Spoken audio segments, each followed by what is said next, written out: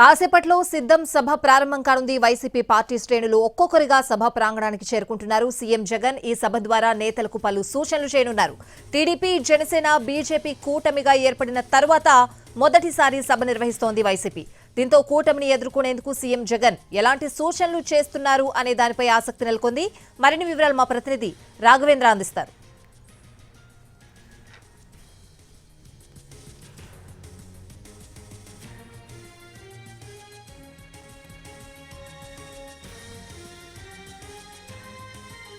ప్రకాశం జిల్లా అద్దంకి అసెంబ్లీ నియోజకవర్గంలోని మేదరమెట్టలో జరుగుతున్న సిద్ధం సభకు వైఎస్ఆర్ కాంగ్రెస్ పార్టీ శ్రేణులు భారీగా చేరుకుంటున్నారు. ప్రస్తుతం మనం మేదరమెట్ల సభా ప్రాంగణం దగ్గర ఉన్నాం.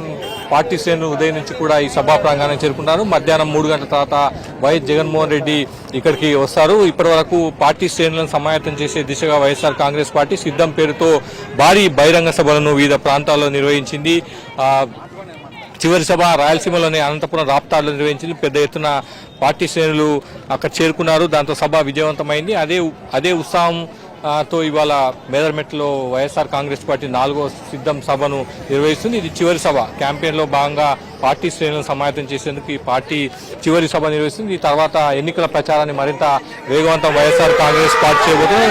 పార్టీ శ్రేణుల్లో ఉత్సాహం ఉరకలేస్తుంది. వచ్చే అసెంబ్లీ ఎన్నికల్లో మరోసారి పార్టీని గెలిపించుకునేందుకు పార్టీ శ్రేణులంతా కూడా ఉత్సాహంగా సభా ప్రాంగణానికి చేరుకుంటున్నారు. 3 గంటల తర్వాత వైఎస్ జగన్మోహన్ రెడ్డి ఇక్కడ చేరుకుంటారు. అయితే ఇప్పటి వరకు జనసేన, టీడీపీ కూటమి మాత్రమే ఉంది. ఇప్పుడు బీజేపీ కూడా కూటమిలో చేరింది. కాబట్టి ఈ కూటమికి సంబంధించి జగన్మోహన్ రెడ్డి మొదటిసారి జరుగుతున్న ఈ సభలో ఏం మాట్లాడతారు, పార్టీ శ్రేణులకు ఎటువంటి మెసేజ్ ఇస్తారన్నది కూడా ఆసక్తిగా మారింది. రానున్న రోజుల్లో అసెంబ్లీ ఎన్నికల ప్రచారాన్ని ఏ విధంగా నిర్వహించాలన్న అంశానికి సంబంధించి కూడా పార్టీ శ్రేణులకు జగన్మోహన్ రెడ్డి క్లారిటీ ఇచ్చే అవకాశం ఉంది. ఇప్పటికే పెద్ద ఎత్తున పార్టీకి సంబంధించిన నేతలు, కార్యకర్తలంతా కూడా పెద్ద ఎత్తున చేరుకుంటున్నారు. అసెంబ్లీ ఎన్నికలకు ఉత్సాహంగా వారంతా కూడా ముందుకు సాగుతున్న దృశ్యాలు మనం చూస్తున్నాం.